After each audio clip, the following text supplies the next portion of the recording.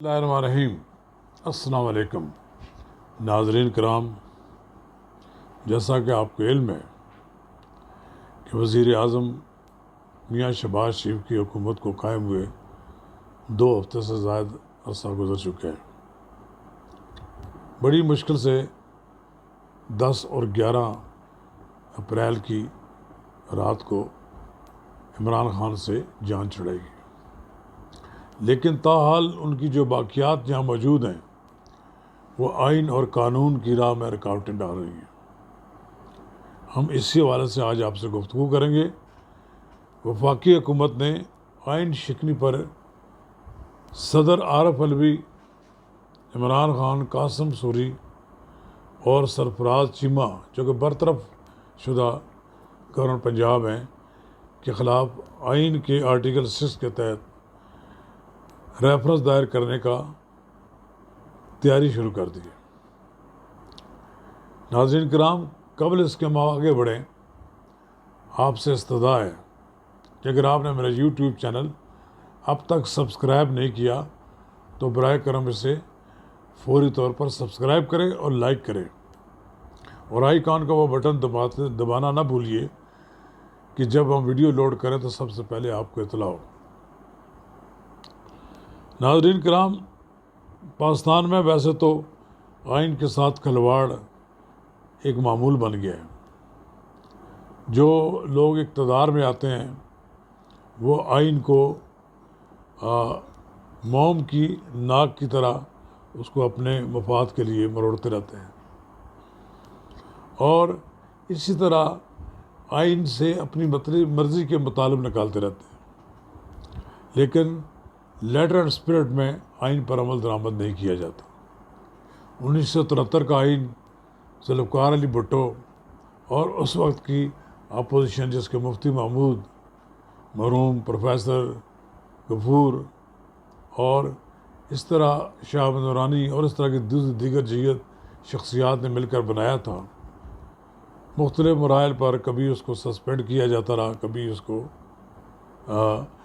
عضو معطل کے طور پر رکھا گیا، کبھی اسے توڑنے کی کوشش کی گئی، کبھی اس کا حلیہ بدلنے کی کوشش کی گئی، لیکن اس وقت جو آئین موجود ہے وہ 1973 کے آئین کے تقریباً قریب ہے اور قدرے بہتر شکل ہے۔ اس میں 18ویں آئینی جو ترمیم ہے اس کے تحت صوبوں کو بے پناہ اختیارات دے دیے گئے۔ اسی آئین کے تحت وزیر اعظم عمران خان کے خلاف تحریک عدم اعتماد پیش ہوئی۔ آرٹیکل 95 کے تحت تحریک عدم اعتماد کی راہ میں وہ عائل ہو گئے، حتیٰ کہ جس رات ان کے خلاف تحریک عدم اعتماد پر ووٹنگ ہونی تھی وہ ووٹنگ رکوا رہے تھے۔ پھر وہ وزیر اعظم ہاؤس میں براجمان ہو کر بیٹھ گئے اور وہاں سے وہ جانے کے لیے تیار نہیں تھے، لیکن جب سپریم کورٹ رات کو کھلی تو انہیں سمجھ آ گیا کہ پریزنس وین منگوا لی گئی ہے، ان کو گرفتار کر کے اڈیالہ جیل بھجوایا جا سکتا ہے۔ اب حکومت بات یہاں نہیں ختم ہوئی۔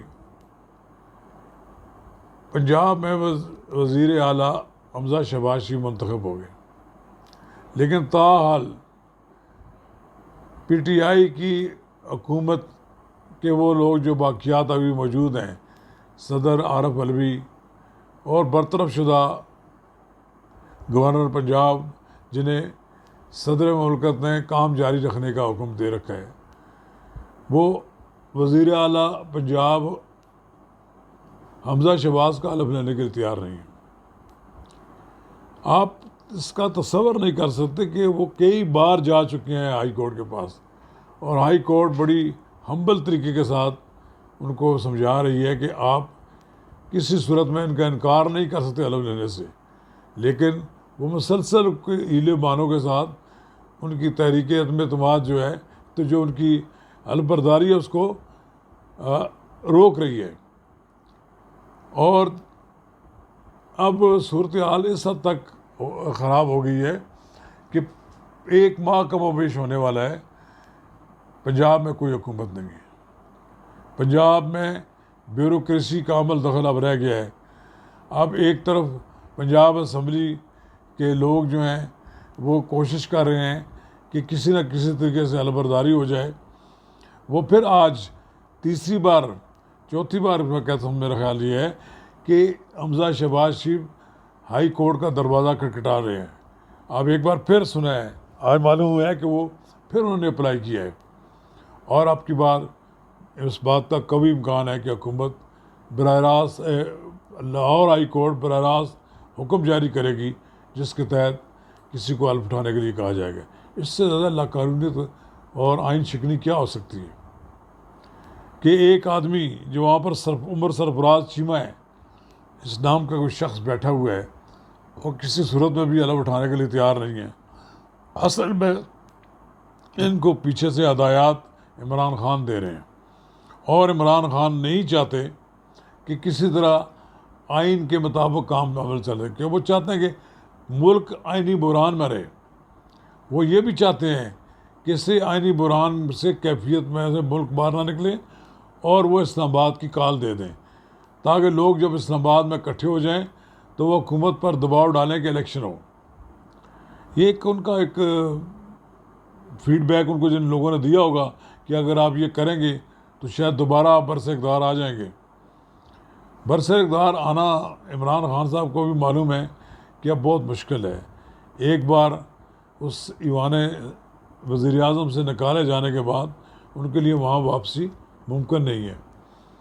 جس شخص کے لیے 8 لاکھ روپیہ روزانہ اور ان کے پورے ٹرن اوور میں 98 کروڑ روپے کا ہیلی کاپٹر کا خرچہ ہو کہ وہ جو سفر کرتے ہوں ہیلی کاپٹر کے بغیر کر نہیں سکتے تھے، اور وزیر اعظم ہاؤس میں سارا دن مصروفیات ہوتی تھی، رات کو وہ بنی گالا رہتے تھے کیونکہ انہیں کہا گیا تھا کہ آپ وزیر اعظم ہاؤس میں نہ رہیں.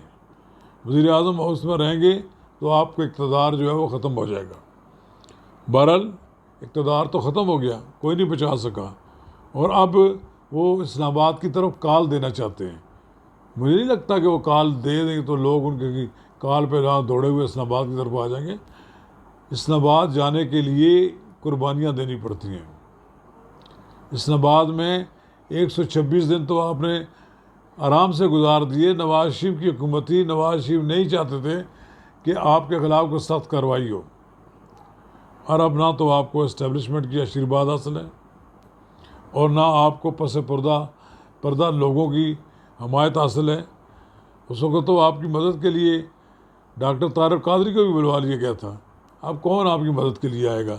آپ کے لوگ آپ کے جلسوں میں نعرے تو لگا سکتے ہیں، وہ جناب پی ٹی آئی کی پٹیاں باندھ کر رقص تو کر سکتے ہیں، لیکن یہ تو بڑا مشکل کام ہے، اس میں جان لگتی ہے، قربانیاں دینی پڑتی ہیں، تب جا کر حکومتیں گرتی ہیں.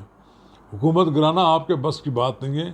2014 میں آپ ناکام ہو چکے ہیں، پھر 2016 میں آپ نے نومبر 2016 میں آپ نے لاک ڈاؤن کا فیصلہ کیا تھا اسلام آباد کا، اس میں ناکام ہو چکے ہیں، اور اب بھی آپ ناکامی آپ کا انتظار کر رہی ہے.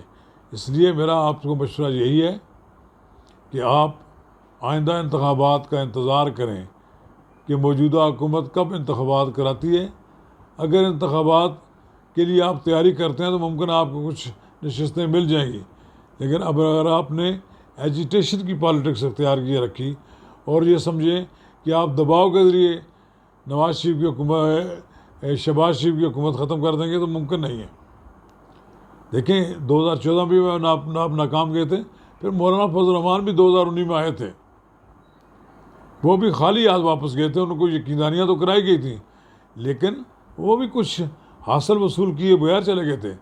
لیکن اب کی بار جو ان کی حکمت عملی ہے، مولانا فضل الرحمان، جناب آصف علی زرداری اور میاں نواز شریف اور شہباز شریف نے مل کر جو کارنامہ سر انجام دیا ہے، یہ تو آپ کے وہم و گمان میں بھی نہیں تھا کہ تحریک عدم اعتماد اس طرح کامیاب ہو جائے گی. اگر اب آپ صرف اس بیانیے پہ آپ سمجھتے ہیں کہ لوگ آپ کے پیچھے دوڑ پڑیں گے کہ یہ امریکہ نے آپ کو ہٹوایا ہے، امریکہ نے آ کر یہاں مولانا فضل الرحمان کو کہا ہوگا کہ آپ ان کے خلاف کوئی تحریک عدم اعتماد لے آئیں، ہم کامیاب کرا دیں گے. آپ کے طرز عمل سے، آپ کے رویے سے لوگ آپ کے مخالف ہوئے ہیں. اور اب بھی یہ بات ہے کہ ابھی تک آپ عقل کل کی طرح سمجھتے ہیں کہ جو آپ سوچ رہے ہیں سب کچھ اس کے مطابق ہو جائے گا. ایسا نہیں ہوگا. اب دریاؤں کے نیچے سے بڑا پانی بہہ چکا ہے، اب صورتحال بہت بدل چکی ہے. آپ کو اس ملک کی اپوزیشن نے، آپ دوسرے وزیر اعظم ہیں جن کے خلاف تحریک عدم اعتماد آپ کی پوری قوت میں موجود ہونے کے باوجود منظور کرا لی، اور آپ بے بس ہو گئے. آپ نے کوشش کی کہ آپ آئین کی شکنی پوری طرح کریں، لیکن اللہ تعالیٰ کو منظور یہ تھا کہ آپ کو اقتدار سے الگ ہونا ہے.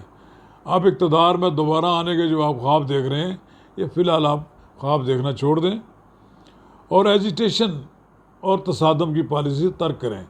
ورنہ آپ یہ دیکھیں کہ ایجیٹیشن اور تصادم کی پالیسیوں کو اختیار کرنے والے کو پاکستان کی سیاست سے باہر نکال دیا جاتا ہے. شکریہ.